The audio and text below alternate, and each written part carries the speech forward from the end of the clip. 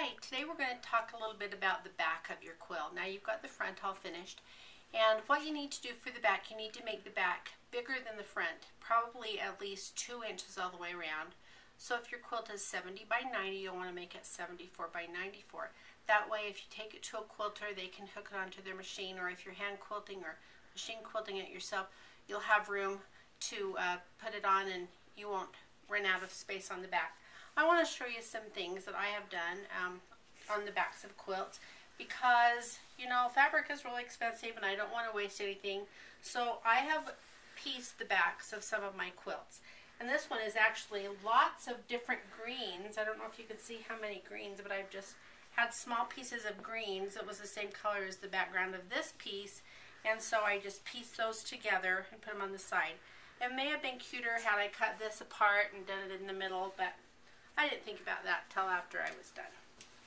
Then I have this one, and this is just leftover pieces from the front of the quilt, and I cut the big piece in half, and then I just pieced all these together, and that way you can use up the rest of your fabric from your quilt.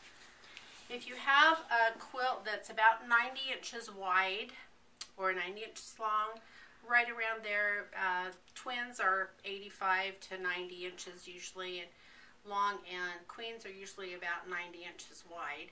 Well, if you sew 2 pieces of fabric together, that isn't going to work because the fabric isn't 45 and you need it bigger anyway. So take those 2 strips and just piece in the middle like this one we just showed you, with your extra fabric, and then sew your 2 strips together, and that makes a great back for your quilt. This one actually has some extra blocks from the front of the quilt. Sometimes if I'm making a scrappy quilt, I like to make extra blocks just so when I lay it out I'll have some options. And so I just use those when I piece the back. The rest of the back is just this, but this is kind of a fun little corner.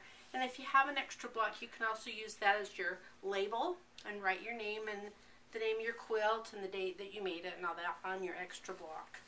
So utilize the fabric from the front of your quilt, piece the back of your quilt. You can actually make a whole nother quilt and be really creative using your scraps and the leftovers from the front of your quilt to help make the back of your quilt.